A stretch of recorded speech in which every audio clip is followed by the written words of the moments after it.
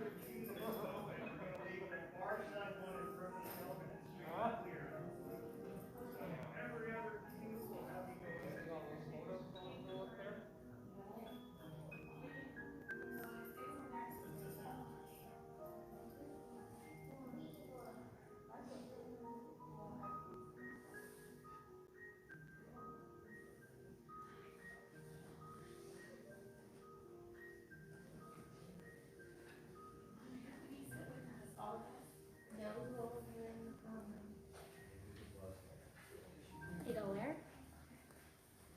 Here.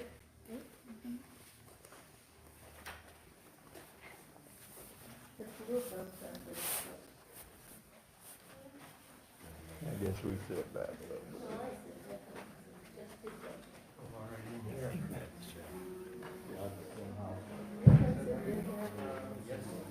I think you're all brothers. Oh, sister. Yeah. Whatever you want to say. No, Lorraine, I think you're considering this one. Huh? I think you're considering this one. Kathleen, you're considering this one. And Don, you sit on the outside. Jim, you want to sit down? Oh, okay. I think you can sit in this one.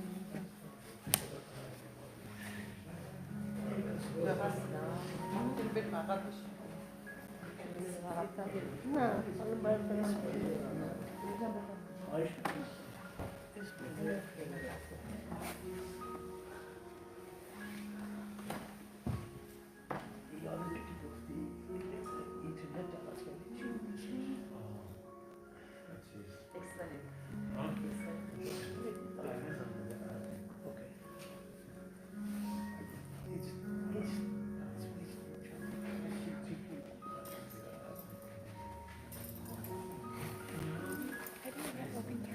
You can go ahead and like it. Open casket. Huh? Why didn't we have open casket? We're going to activate it. Nothing else. We will go and activate the whole. Yes.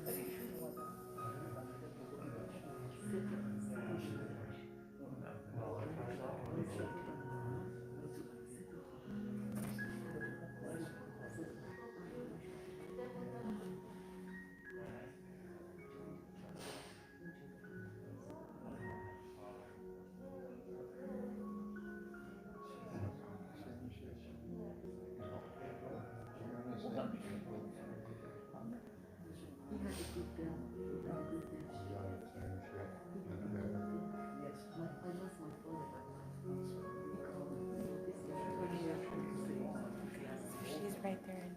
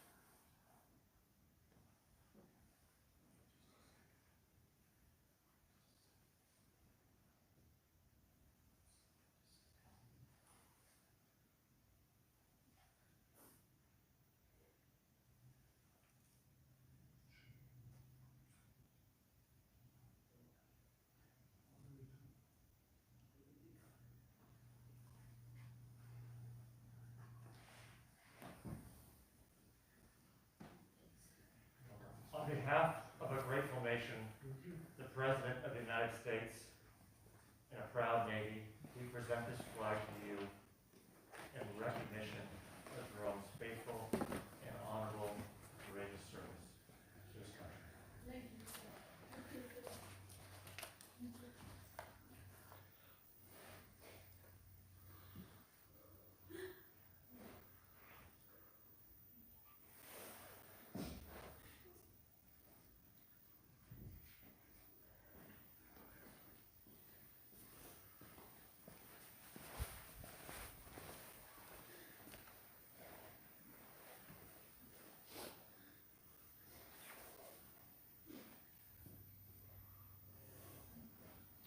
We're all gathered here to remember Jer, as I know him, our brother, husband, father, grandfather, uncle, to so many people and dear, dear friends.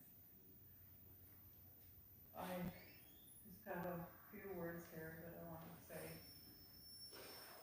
The words of Jesus tell us that we do not let our hearts be troubled. We believe in God. We believe also in Jesus. My Father's house has many rooms. If that were not so, would I have told you that I'm going there to prepare a place for you? And if I go and prepare a place for you, I will come back and take you to be with me, that you also may be where I am. You know the way to the place where I am going. And we're here to honor Jer's faith. Jer was a seeker of truth. Everybody that knows Jer knows that.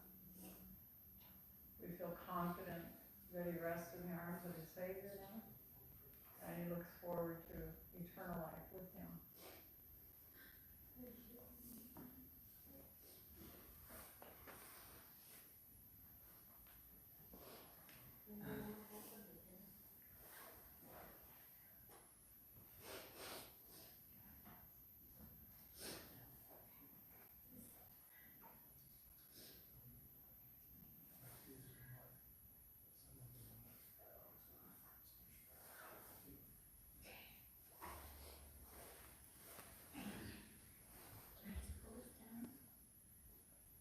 Yeah, can you guys?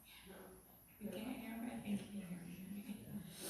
Okay, I'm sorry. I just first want to say thank you guys for being here. Thank you for making the trip. I know that it means a lot to him, and it means a lot to us. Thank you for all his friends over the years. I look and I see lots of people that were supportive of our family and Mommy, so we really, really appreciate it and love everybody. And I know Daddy would really appreciate that you're here too. So, I'm gonna try my best to hold it together. And I think he's giving me strength. So as I stand here today,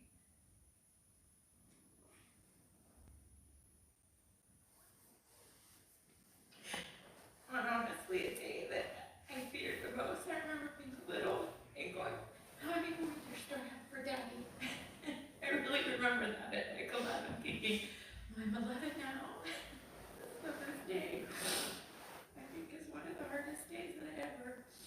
But I have to say that I really struggled with today because I feel like, you have to come up here and you have to put words together of what Daddy meant to me, what Daddy meant to each of us. And I feel that there aren't enough words to really describe what Daddy was to me.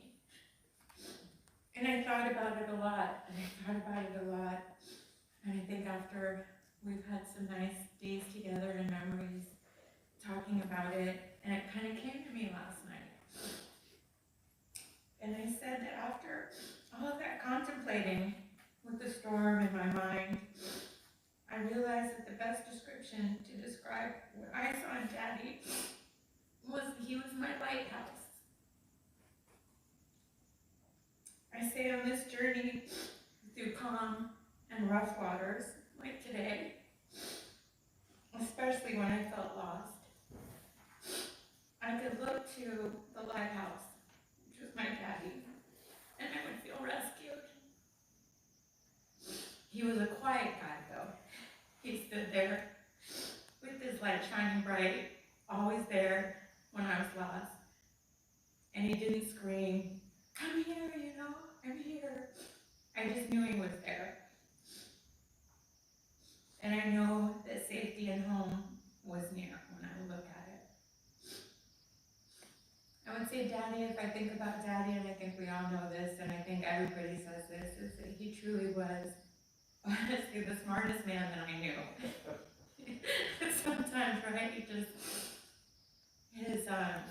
it was so hard because he would be speaking to you, and I would do my darndest to try to understand sometimes what he was saying, and I feel like he was the best teacher in the world, but he just was so smart that sometimes I'm like, gosh, Daddy, share that wisdom with me. He was a problem solver. I was trying to think about Daddy's purpose here, and he always said, he was writing a book, and like the book, and again, the book was about solving problems of our spiritual nature.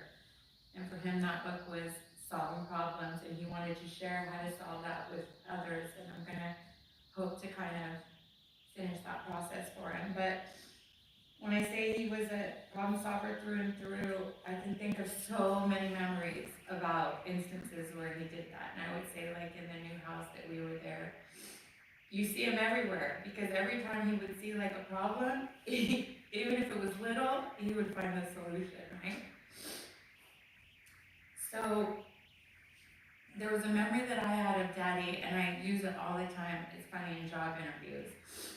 And I would use it in job interviews, and every time that I would talk to my boss, and they would say, I feel like I know your dad through the interview, and it really one of the reasons that they felt that they hired me. And one of the stories was in Venezuela. Daddy ended up, we were homeschooling, and he was teaching us, and that's a hard job to do, is to teach your kids, and you want them to grow and all that. And the memory of him was, he, instead of all the books, he would give me problems that were much higher than what I would expect to be or what grade level I was, and he would be, honey, go and solve this problem. And I'm like, I can't, Daddy, I can't. And I would cry. And he goes, you can do it. And he said, even if it takes you all day, so he'd send me to the room, and I would work and work on the problem and try to solve it in my own mind. I would come out, and if I didn't get it right, he goes, it's not right, you gotta go back. And I would go back, and then finally when I solved it, I would come out crying. And he goes, honey, one day you're gonna thank me for this. And I remember it, so now I think, like, I do thank him for it, because that's one of the things in life. We're walking and needing that lighthouse, and I hope to give that same strength to the boys and to everybody that I'm around, that life can be hard, but we have incredible strength within us, right? And with the help of God and Jesus, I'm getting there. And to give that to the boys, to be problem solvers like he was. So I just have a couple things I want to say. I wanted to say that in this world with my dad, right, he was a creator. There are builders, and then there are destroyers in this world. And he was definitely a builder and a creator. There are those who shine light where they go, or there are those who bring darkness. And Daddy shined a light with whoever he was with and wherever he was. There are those who do good work while they're here, and there are those who don't do good work or work of evil. And I don't want to say that because he was here to do good work. And there are those that walk with God, and there are those who are separate from God. And Daddy was all the things that you would think of, and I know with all my heart that Daddy walked with God. Like Donna said last night, we were talking, he was a seeker of truth, and he really instilled that in me, I feel like I was gonna say, sorry, I'm losing my thought. I feel like the last few days I learned a lot about my dad, and he impacted many people in different ways, because I always say them in my way, but each of us have our own experiences, and I hope we get up and get to share with it. But I think what I wanted to share with you is that last year was funny because I was going through and I'm really trying to get to know Jesus and get closer to God too, and all of this is because of Daddy guiding me into spirituality.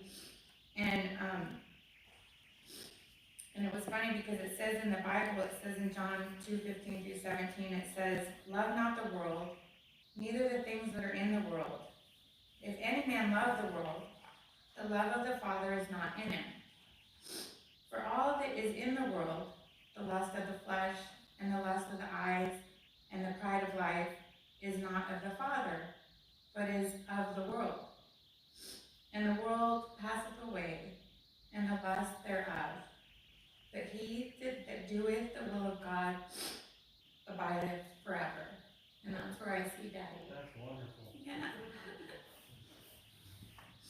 If anybody epitomized this verse, it was Daddy. He was not of this world. He really wasn't. And I couldn't understand it when I read it. I was like, that's why, you know? He was here to do God's work, and his mission was, I think, ultimately us, you, Rachel, me, and now passed down to the boys.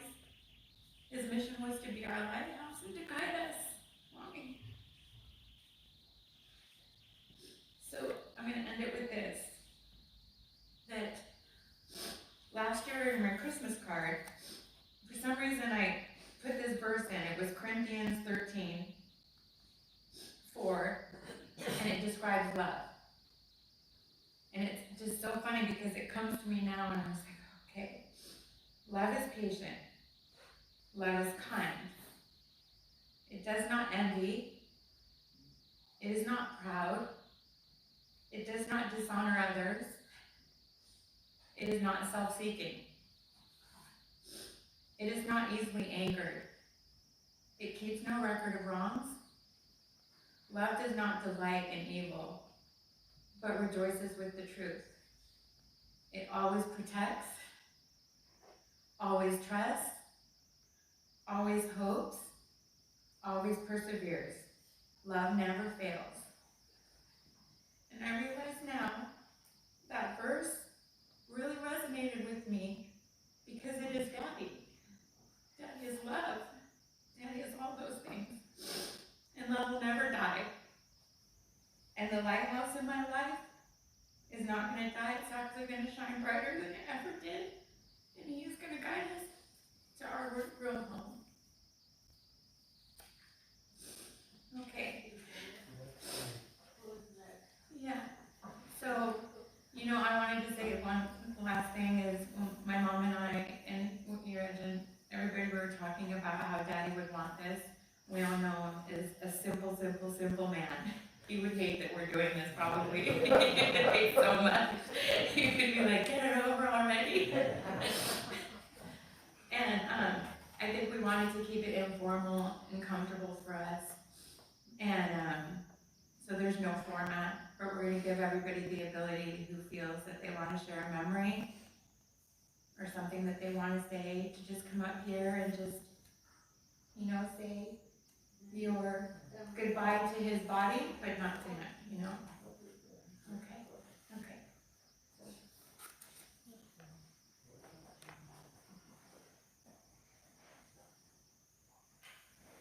One of the kindest persons I've met is my grandpa. He taught us songs, stories in school. But one of my favorite memories with grandpa is when he used a tool to see if you're lying or not. And he used to play with us when we were little. Also, another favorite memories is when he used to jump on his bed when he was taking a nap. And I wish I got to have more memories with him like these.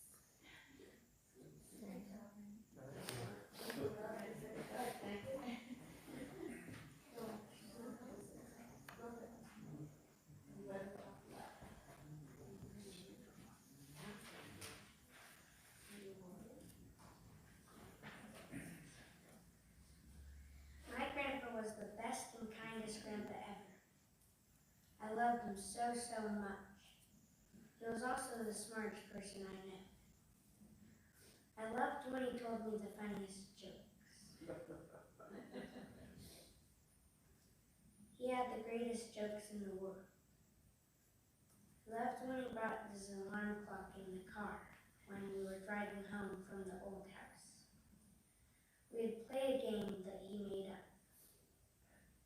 So how it goes is we'd guess how many minutes it would take to get to point to point, and whoever was closer would win. That's my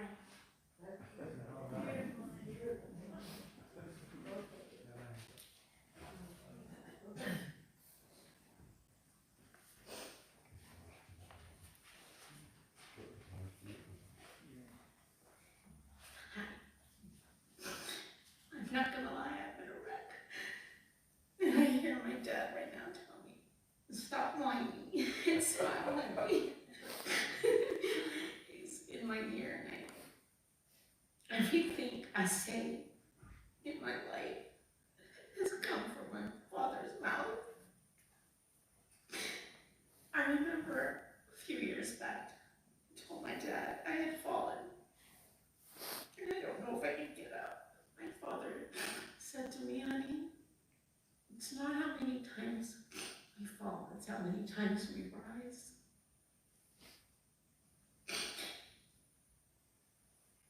My father I was so proud of him. He was so handsome. And when we were young, all our friends loved my dad. And he was so smart and so funny. The other night I was laying in bed, just thinking about us running in Ojeda. We would run from tree to tree. And I wanted to call him about a story that he had told me. I had forgotten it past.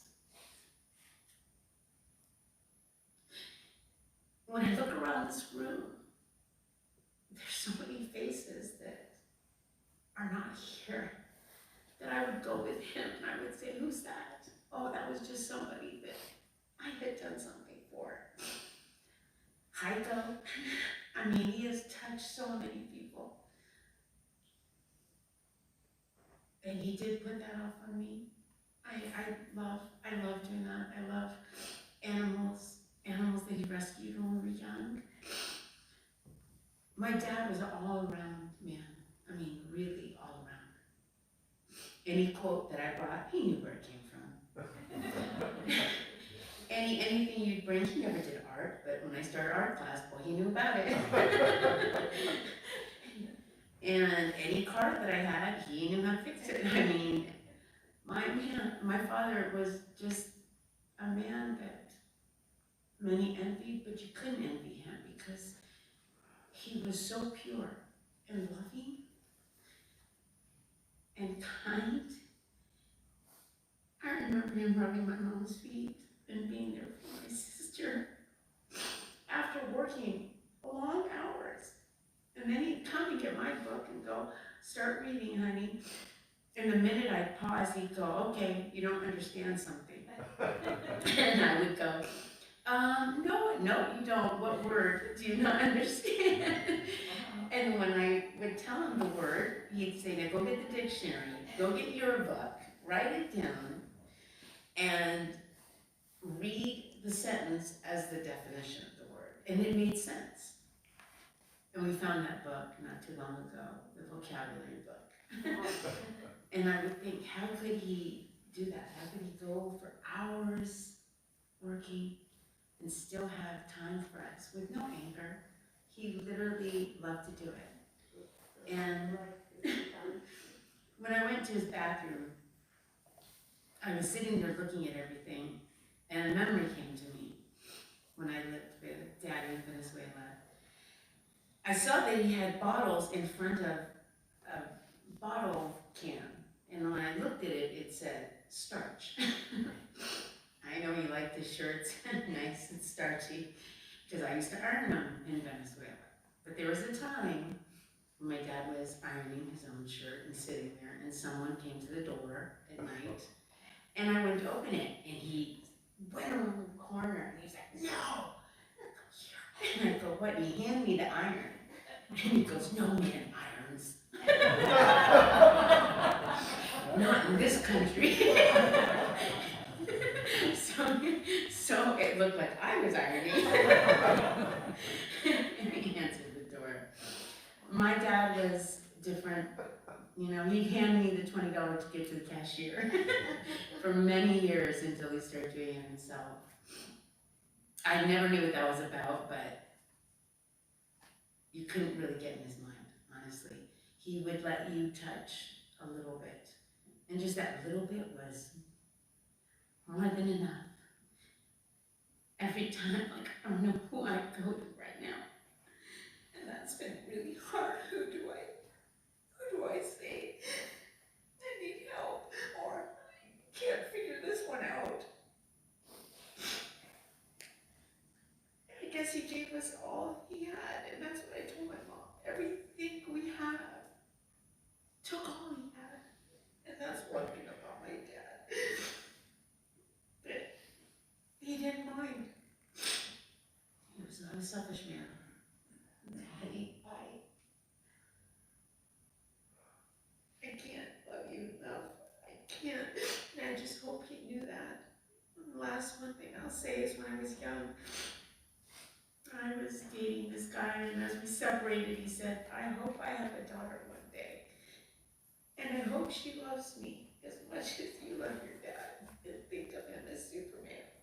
Because he really was my Superman.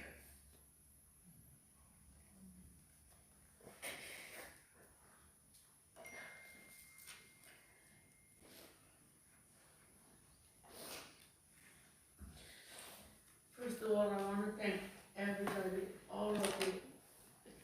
I tried to select few people who didn't know Daddy for that long. I know this man for 50 years. He was Band-Aid, truly Band-Aid for my own pain I went through with life. This man, everybody like ordinary man who, if you live with him for a little while, you just know he's not ordinary. Yet he was ordinary as anything he can be. This man was vast. He was born in February 24. He was Pisces. He was in ocean. Like you go in the water, you see all that water on the top, but when you go underneath the ocean, is all the knowledge in the world. And he was that. He didn't get angry. He pushed you to know the life more, to know more, but all about goodness of the life. Just about how do you know life. The other day, I wanted to tell you something funny, like what he was. Emily walked in the morning, and he has this program for the homeschooling. And he said, Grandma, can you help me fix that? And then he says, no. It was just like that, no. And I just was watching this, so why not? And he says, okay, just take a look at it. So what is that? He said, well, that's a project in the school. And he said, why can you do it? He says, I don't know, Grandpa, because why can you do it? He said, I don't know, Grandpa. He says, okay, come here. What do you do with this? What do you do with this? And he said, he looked at him for a little while, wait for his answer. He said, you take this one and put it in here. Okay, do it. And what do you do with this one? You take this one, and I look at him and said, put that together. And he put them all together himself. And he said, see, you could have done it. You didn't need me. You just didn't look deep enough. You just didn't look at it. And that's how he was. He was in the line bunch of, you look at yourself. He never solved your problem. He always show you how to solve your problem. He'd always let you to see. So I stayed with him all of these years. All of his life was about creating. He wasn't just an ordinary man that every day go to work from. He, all his life about fixing something or building something or every time. So he spent 20 years about building this machine, patented everything, but he never sold it. It was all about, I used to say, Daddy, why don't you go out there and try to make money out of it? He says, no, I made the patent, and I know I can do it. You see, it wasn't about the money he built all of this stuff. I have tons of all this machine, and work, day and night, day in, day out. But you cannot ever understand that. You look at project, you say, what is this? I mean, really, he was that knowledgeable. He was that, but I remember how Solomon was, we were in Iran, we had this wash machine. They came from America. It was a Sears robot. And it stopped working, and nobody can fix it. And he comes, I brought a couple people, and said, oh, we have to buy a new one. He just comes and take a look at him, and he says, where is your hairband? I said, okay, I give him one of my hairbands that I put in here. He fixed that machine with one hairband and worked with 4 years more, and we sold it with that hairband. So he was that kind of a man, but he was so down to earth. He was funny. I mean, really, you look at Jer, you never think he's that funny, but he was funny, and he was good. And I understood him, you know, he wasn't the type that, he was there every day, don't get me wrong, he was there, he was part of your life, but then his mind, his soul was creating the things all the time, every day, like Charlotte said. So we were together for that long, because he never let go of us, but he let me free to live my life. And I like him for that, and he never complained. He was really, my mother used to call him with Jesus, because he was. One time he told me, I said, Daddy, how can you do it? And he said, honey, the love is not control. The love is let go. Yeah, I know. So anyway, this is my memory of him. There's so much memory, so much good man. So I wanted to tell him, I don't want to say goodbye. He went too soon, and then he left us behind. And I always thought that I'd go before he died. He was so healthy. He was eating always good food. But I think he wanted to go. He didn't like the state of the world right now. He really despised what's happening to the world. So I think the night that Shalom made some fish, he came over and he eats, and he always washed the dishes. That was my bet with him. I never washed the dishes. So never cleaned the bathroom. He always did with him. So he washed the dishes, and he comes, say good night, kiss my head, say good night, dear. We were watching TV, and I said, good night, Daddy. He went upstairs, he sent a couple texts. In the morning, I wake up about 4 o'clock in the morning, and I knew I was so nervous, I was so ill that morning. I started walking around the house by 4:30 in the morning. Normally, if you hear that you're talking or you're up, you get upset, what's wrong, why can't you sleep? He didn't wake up that morning. And I just thought maybe he's asleep. My foot didn't go upstairs to check on him. So I fall to sleep by 6 o'clock. I was so peaceful. So peaceful. I can't tell you how peaceful I was, nothing. So I went to bed, and somebody was knocking on the door, and I was saying, why Daddy doesn't answer the phone? And then, so I came out and I called, Daddy, no one. And I called Avery, I said, Avery, why don't you go and check?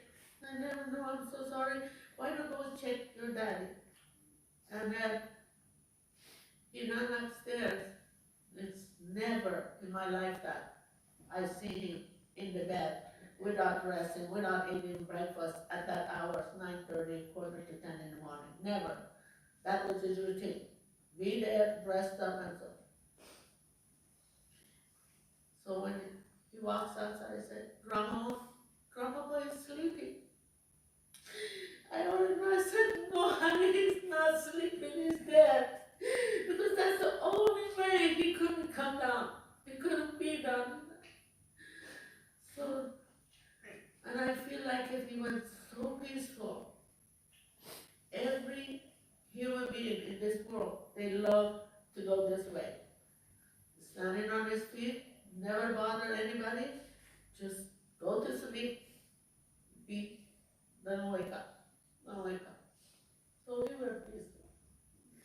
And I know every single one of you in here are my friends that for so long we had more. Once you get to see him one time, you just love the guy. You see through his eyes, his face, the vast of ocean I talk about. This man was just like that. His love, everything comes out of him was caring for people. He was the type of person, that's the only one I wanted to say. If you didn't have no job, one of our friends was in trouble, he just said, you know what, I can go get a second job, that was years ago, I can go second job and pay his bill. That kind of a man he was. And it was good. So I want to ask all of you, first thank you, and if you want any memory, don't have a fit. That's why we're so little, so personal. Come on up and talk to him about whatever you have experience with him. Thank you for coming again.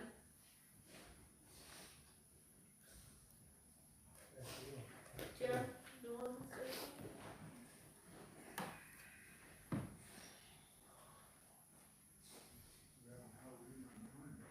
What? You know? Okay. Yeah. Well, those words are sensitive and they're heartfelt. Some of them are profound. And of course, there's the humor in there.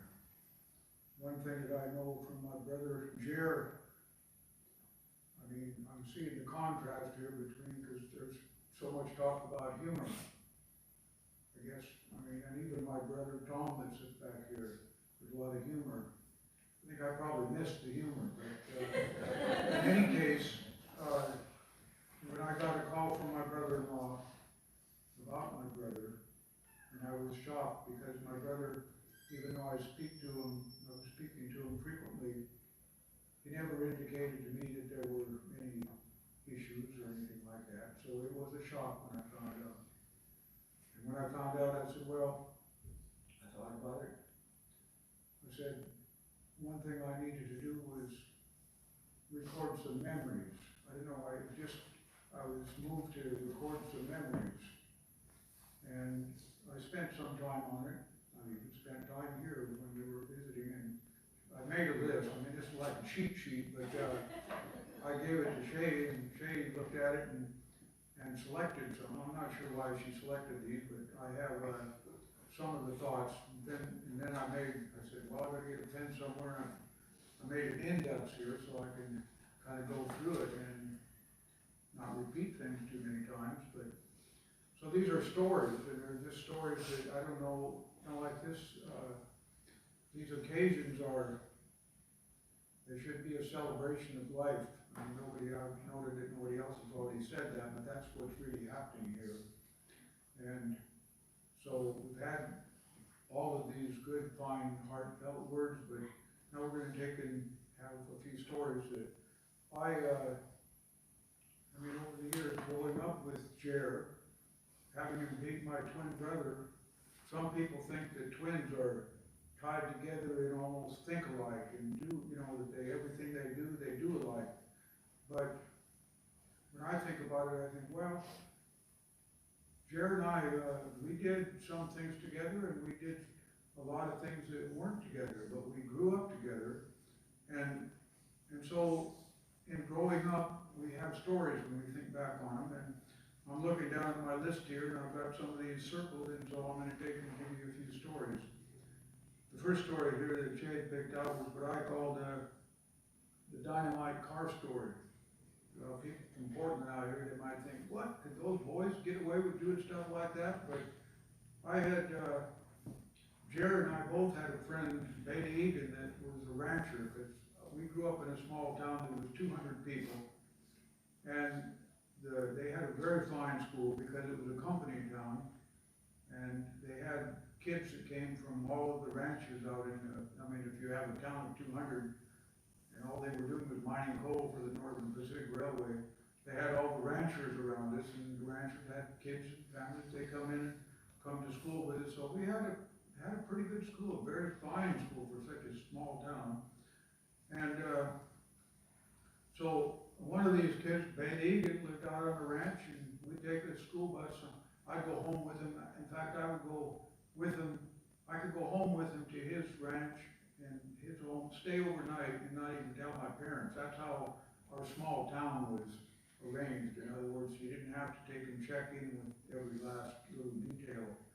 As it kind of reminds me, I'm getting off track here, but I always remember that hearing that when Gerald was in Portland and Shay and Rachel were wee ones, that they could, they actually went downtown Portland by themselves.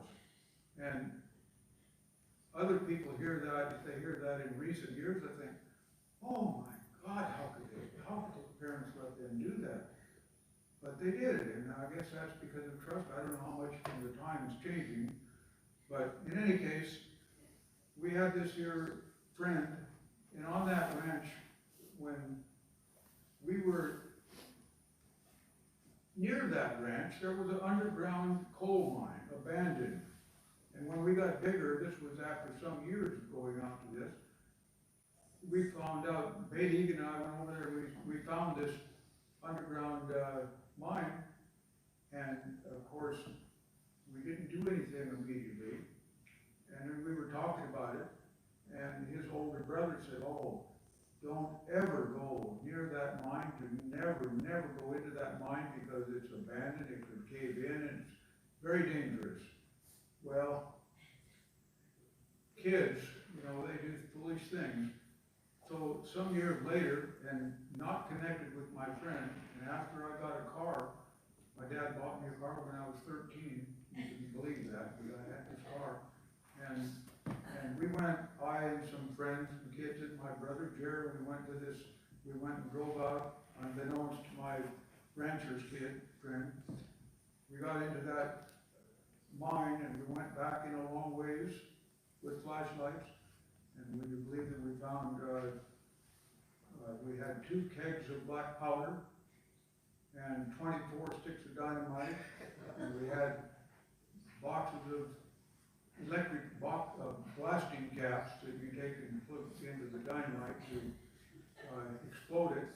And so we're just kids now. We bring all this stuff out, put it into the car, and I remember one of the first things that we did was he said, well, we always heard that dynamite, you can take and put it in a fire.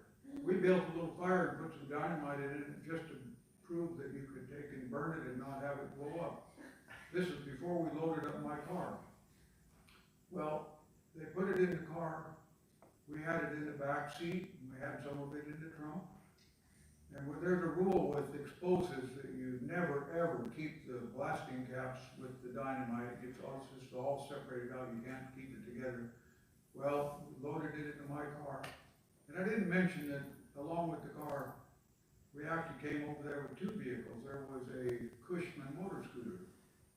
I don't know whether I had a little bit of extra wisdom, but when they got loaded into the car and we were ready to go, I drove the Cushman scooter and they drove my car. My brother Jerome was driving the car. And so we head out, and if you can also imagine this gang of young kids we had, I didn't, in the car they had cigarettes and cigars, and here was all of this very hazardous stuff. Here's these kids. If just imagine kids acting like grown-ups or thugs or whatever. All this stuff in the car. So anyway, we head down the road heading home. And I remember because I was followed behind on the scooter, we come around the corner and I'm looking on the road, I'm seeing on a gravel road, I'm seeing funny looking tracks.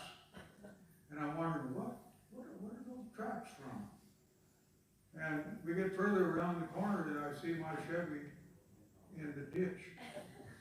And what happened, now you have to remember it's hazardous enough to take and have all this explosives and kids and cigarettes flying around. And the car lost control because the steering with the tie rod bent and the wheels went like that. And so the wheels were sliding, they went into the ditch. Well, as the girls were saying, Jer was a solutions man. I mean, he could fix things. Well, actually, I may not have gotten the humor, but we both are fixers, and our minds go to solutions. And believe it or not, with the chain we had in the car and with that scooter, and I actually engineered it, we straightened out that tie rod by using the Cushman as a hammer, you might say, with a chain, and we bent that rod back in place, and they went down the road, and we all got home safely. Believe it or not. Well, that's, today you can't hardly imagine kids doing stuff like that. I mean, they're so controlled that, you know, you think that's life. That's life. Anyway, that's the end of one story. Then, this is a kind of an interesting thing, and it has to do with Jerry's confidence, but when it's like, I shouldn't be talking about me, but it's going to be affecting me too. But when we were on the USS Cadmus, we had been trained both as electronic engineers and electronic technicians, and he was specialized in radar and I was specialized in communications, but we had spent, anyway, we got onto this ship and we worked in a repair shop. So it'd be like a repair shop downtown that's fixing electronics, except here they have a ship that all they do is repair stuff that other people can't fix. The other ships send stuff to you to fix. And so that's, I mean, what they're saying about Jared as, fixing things and having solutions and coming up with solutions, well, that's all we did. Well, one of the things, Jared and I were both very conscientious on our education. We're trying to learn more. And I had signed up for a Capital Radio Institute of Mountain Technology, electronics. And so it was a correspondence course. But our ship was always sitting at the dock. I mean, we didn't spend very much time going out on cruises. And so we had this is at Norfolk, Virginia, and there would have been a representative of the correspondence course company.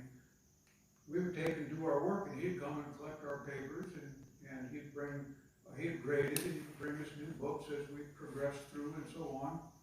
And it was very interesting, and I'm not sure whether Jerry remembers this, and I can't ask him now, it's too late to ask him if he remembers it, but one time the correspondence course representative comes back onto the ship and he tells us that he had been talking to our chief, who was the boss of this electronics shop, and he said, your chief told me, he said, and there was about 13 electronic technicians working there, he said, the chief told me, you could just give me those 2 Brodle boys and we can shit everybody else and get just as much done. So that goes along with the idea that they respected us for some reason. We did a pretty good job on fixing stuff. And that backs up what they're saying about Jared being able to do everything. And we were both on this repair ship. That doesn't happen very often in the Navy, but we did. I had a circumstance when I was out, I went somewhere else, and then they asked me, where would you like to go? And I said, well, can I go onto the same ship my brother's on? And that's how we wound up with the same ship. So we were on there for, I don't know, a couple of years, but we had both made rate, the Navy rate, like the Navy sailor that came in here, and you can see the stripes on here. We had 2 stripes, whereas the sailor here had 3 stripes, that means you can tell how much they've progressed and so on. Well, we had, this is an E5, and you can only make E5, you have to have at least a year and a half. They won't let you have E5 and do E5 before being a year and a half. But we did our courses and were recommended, and we both got advanced as quickly as you could. In order to get more than E5, you'd have to take and ship over. In other words, you'd have to have 4 years, finish 4 years, and then go to, go for another tour of duty, which we said, no, we're not gonna do that.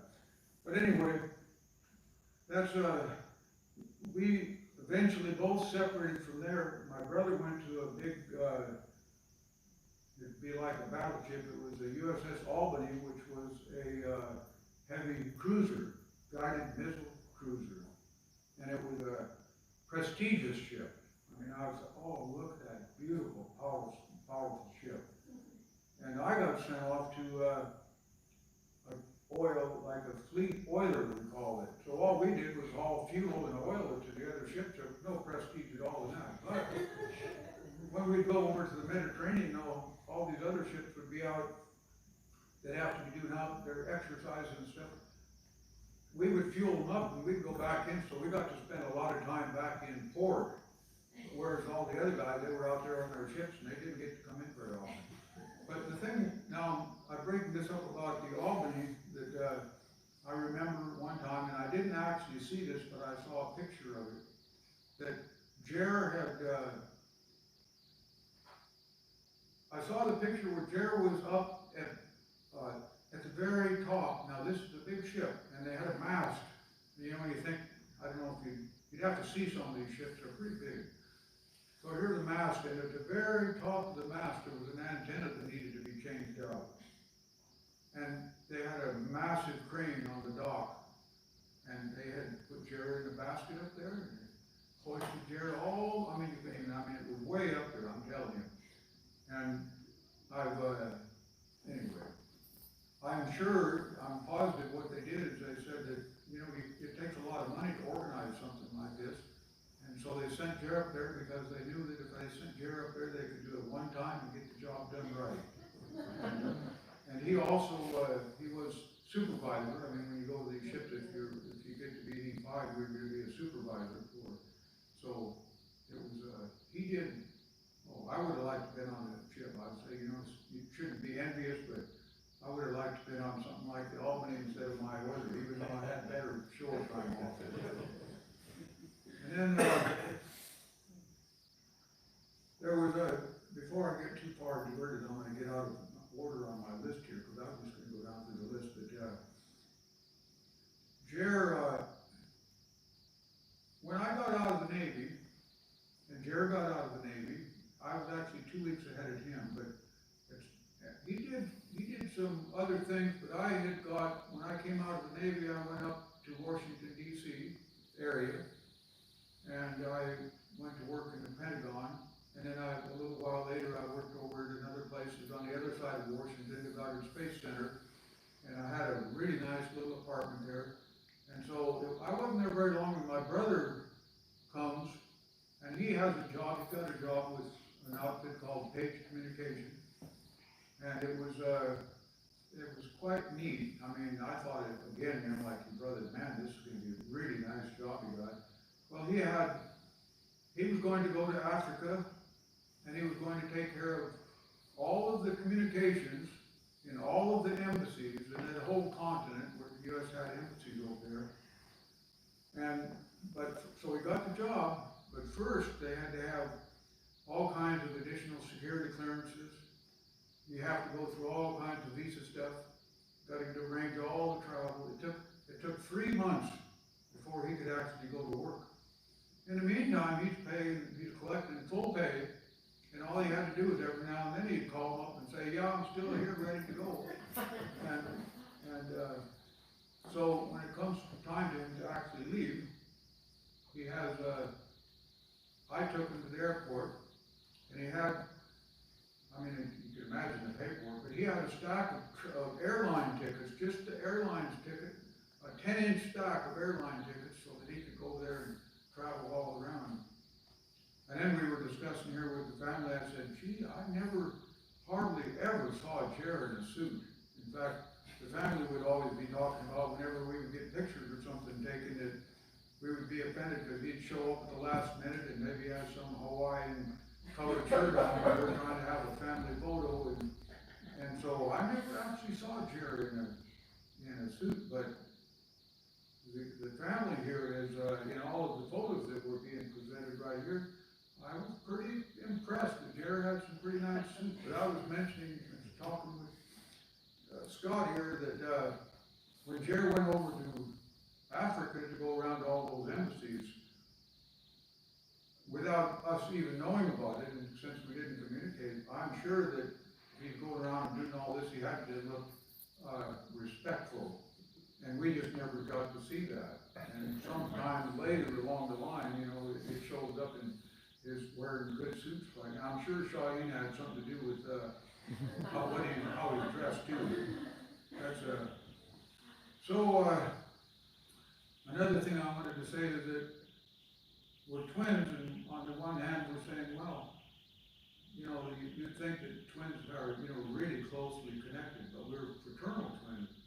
And I was even wondering, well, if my brother had an issue with his health, if I'm a twin, I mean, does that mean that I'm genetically predisposed to the same kind of problem? And my wife is pretty swift, and she says, no, Jim, you're a fraternal twin, so you are no more connected to Jared than any of your siblings, which I thought that was a pretty astute observation, you know. But the point I wanted to make is that as twins, we both went into the Navy, we both were electronic technicians, and we both did quite well in the Navy, and we both got out of the Navy because one guy could stay in and one guy could stay, you know, get out. So I got out. I don't know exactly why Jared got out, but I got out because even though the economy wasn't very good out in the world when I got out in 1964, I said, well, it's kind of fear, you know, you're afraid to get out, but I said, I'm not going to stay in only because I'm afraid to get out. So I got out of the Navy, and I went up to Washington, D.C., but again, in our lives afterwards, after we got out of the Navy, then when we married girls of the same age at about the same time, and I had 2 daughters and he had 2 daughters, and I mean, it's just amazing, and we can go on from there. He was in the oil field, and I got into the oil field. Now, actually, I got into the oil field because of my brother, because he got in before I did. And it was when he got into the oil field, I think he got over to Iran, and he met his beautiful wife, and so on and so forth. But then, let's see, what else, if I got detoured here a little bit. But, yeah, anyway, very, very similar that our lives were. It's just absolutely amazing. The one other thing I was going to mention, and when we were in the oil field, we both were maintenance superintendents. The difference was that he spent the biggest part of his career down in Venezuela as a maintenance superintendent, and I, as a maintenance superintendent, went from one place, and I was in Kuwait and in Oman, and then they had the oil business went down and the rig count went down, and they said, well, we can't afford to have a maintenance superintendent here now, where do you want to go? So they asked me where I wanted to go, and I said, hey, I'm going to go here, and it was a bird nest on the ground, a perfect job where I went to, but it wasn't as prestigious or didn't pay as much as a maintenance superintendent. But on the other hand, they still, they took care of me good because I'd been a maintenance superintendent previously. So, another thing I want to take, and just as a mention, as a story that's a side story, you might say, that, and backtracking we're back to when we were kids.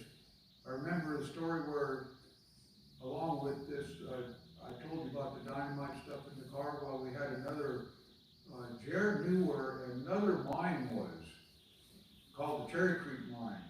he'd been working on a ranch, and he got wind of it.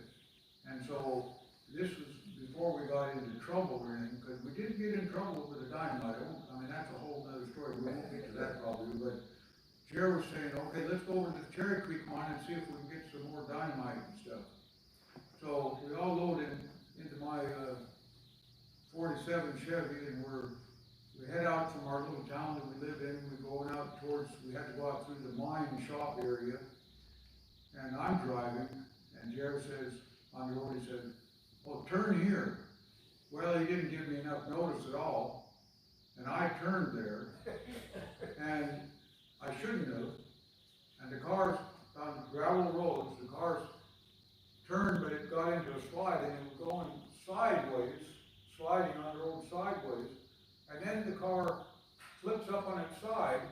Now get this, now it's just balancing there, and Jer is in the back seat. He jumps up onto the high side of the car, and it comes banging down. And the only thing that happened is our battery fell out. I mean, it had come loose, and we had to put it back in there. And of course, at the same time, some people at the mine shop had noticed this commotion over there, and they sent one of their company trucks over there, but they found out we were all okay. We didn't get disciplined or anything. So that was an interesting little thing. But Jared did quick thinking to jump up instead of, otherwise the car would have just rolled over. It would have just rolled on the side. It wouldn't have done much damage. It wouldn't hurt anybody. But my car, we would have had to go get someone to dig and bring it back down again. So yeah.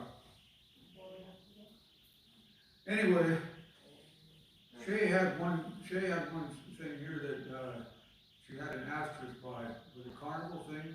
Did that mean anything special? I wrote, I said it was really nice pictures, they're all so beautiful, and I think the asterisk one, he must have been really well. Well, yeah, anyway, it was just, I think I probably covered enough here, because I have a whole bunch of stuff in there, just memories that I put together, and we shared some, so that's all I have in Texas. And it's very hard to follow all of this profound stuff I've already heard there, it's very hard stuff. I want to tell something about our Iranian friends to get to know who really this man was. You remember those times we used to dial at home if you wanted, and then we get to the operator, and then they can connect us to anywhere in the world? So that about it was a king that he invited Jerry with 3 crew, only from Page Communication, only 3 guys. And this is the man who set up all the SEPA system and all the towers through all over in Iran. So we can call from home if you want to call America. So this is from this man. He's the one who did all of that for nights and days. They used to go Kushiaba, Nosrat, all those towers that you're talking about, Jim, all the way up there. It was all the time you go and get scared because he was the one who set up all that system. You know? So we can thank him in Iran, so we can call from home into anywhere in the world we wanted. That was done, all the palace.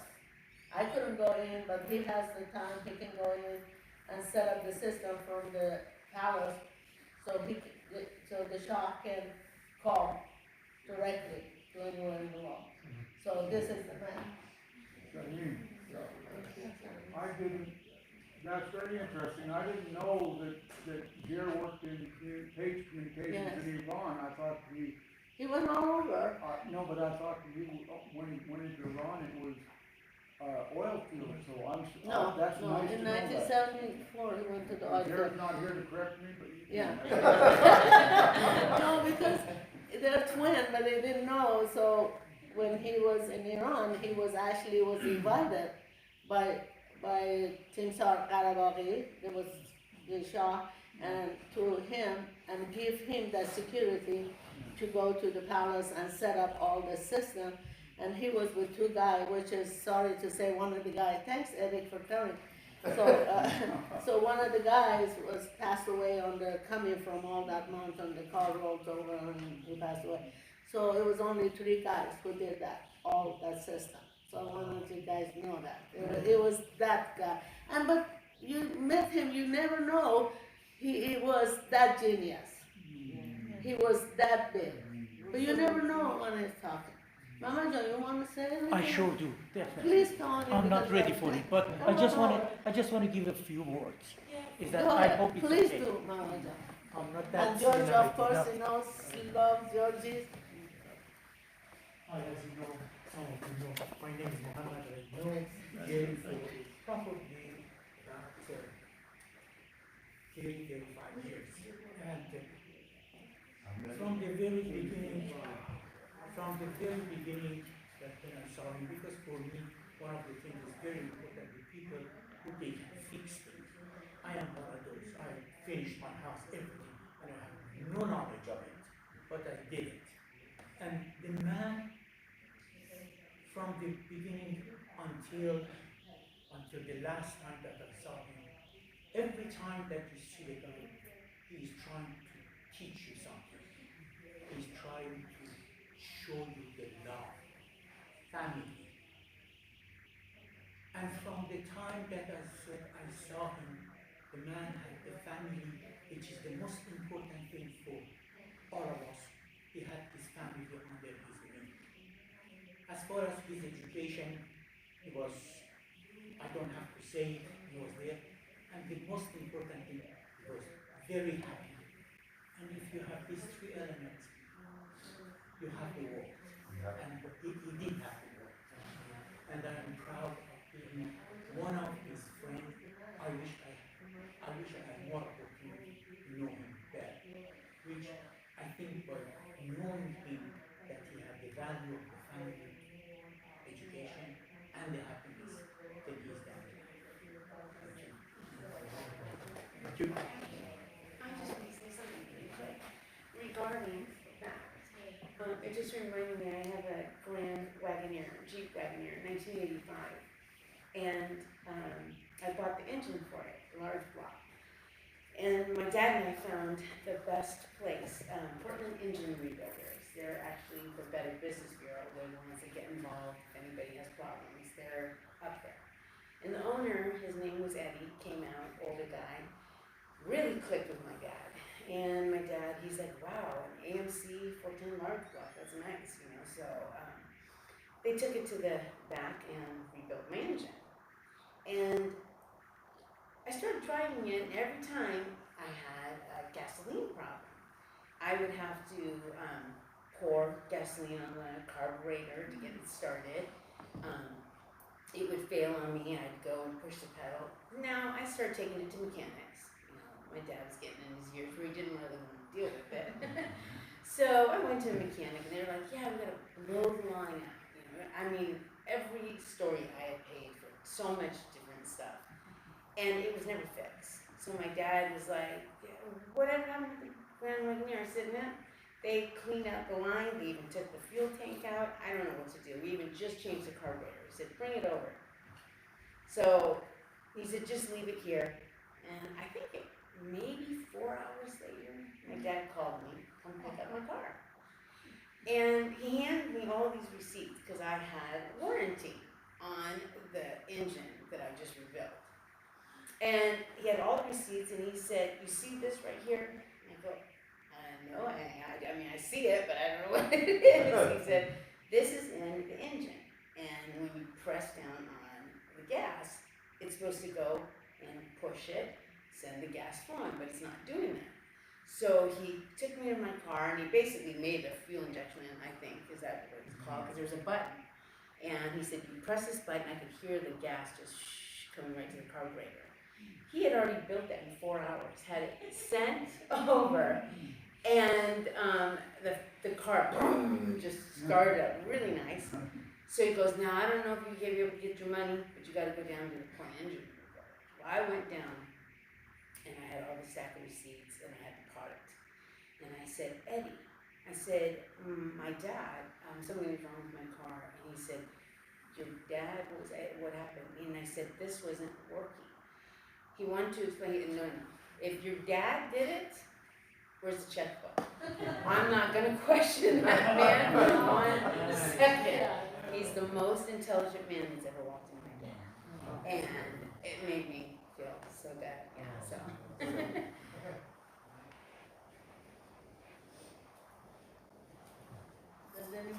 not to say anything? I know Eric was One over quick thing, I wasn't gonna say anything, but I thought it was fitting that this flag was given to you, by the young gentleman, by the current president of the Yes. United States. I think if this would've been in 30 days from now, Oh. he wouldn't have been so happy for you to have this.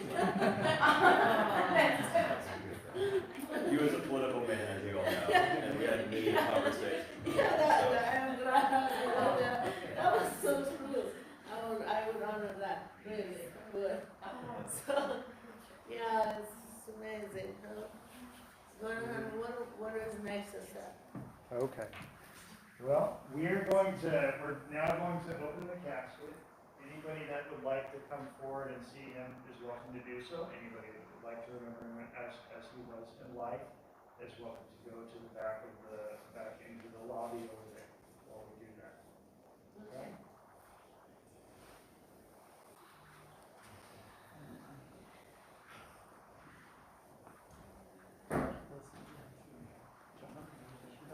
So I know that when he always sleep on his face. So when he passed away, it was on his face, and I was worried that something happened. He says, no, what? If you guys ever wanted to see it, okay? I wanted to see it. Thank you.